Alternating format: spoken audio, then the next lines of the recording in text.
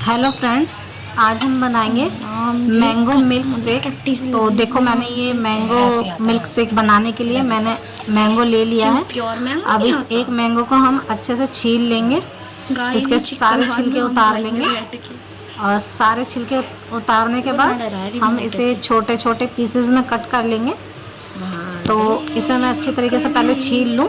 और ये मैंने आम को धो लिया था, मैंने धो के छीला है। तो आप भी पहले बाहर से कोई भी फ्रूट्स लेके आए तो उसे अच्छे से वॉश कर ले, उसके बाद ही आप उसे खाएं।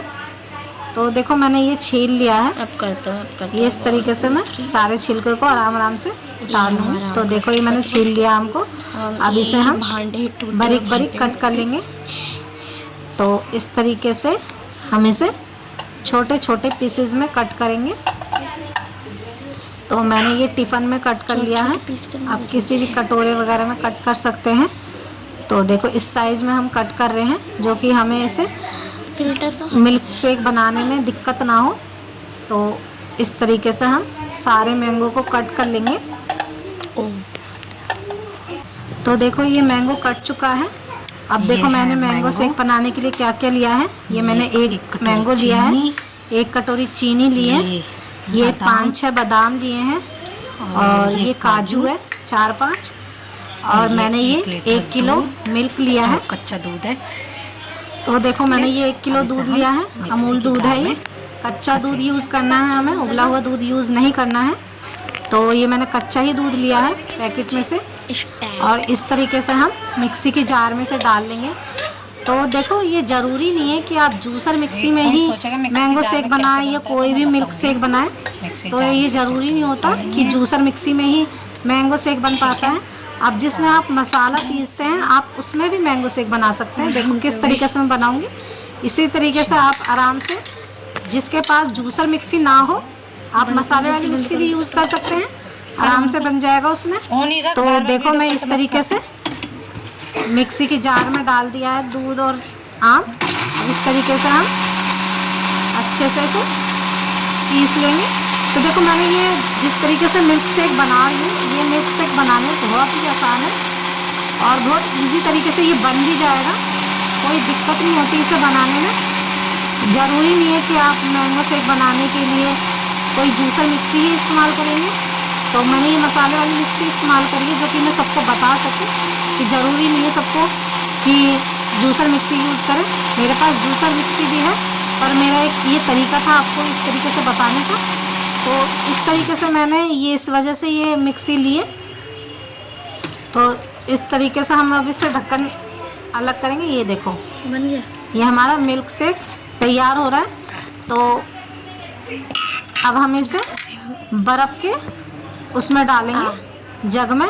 तो मैंने एक जग में थोड़ा सा बर्फ़ कर लिया है। तो देखो, ये मैं उसमें बर्फ़ में डाल दूँगी। अगर ये आपको गाढ़ा लग रहा है तो आप इसमें दोबारा दूध डाल सकते हैं। तो मेरे को ये थोड़ा गाढ़ा गाढ़ा लग रहा था, तो इसलिए मैंने थोड़ा दूध और डाला है इसमें। और इसे दोबारा से एक बार ग्राइंडर कर देंगे। तो देखो, मैं इस तरीके से ढक्कन लगा के एक बार और करूँगी इसे ग्राइंडर। ये देखो, मैं इस तरीके से कर रही हूँ और ये बहुत इजी तरीके से बन जाएगा और कोई तकलीफ भी नहीं आएगी बनाने में।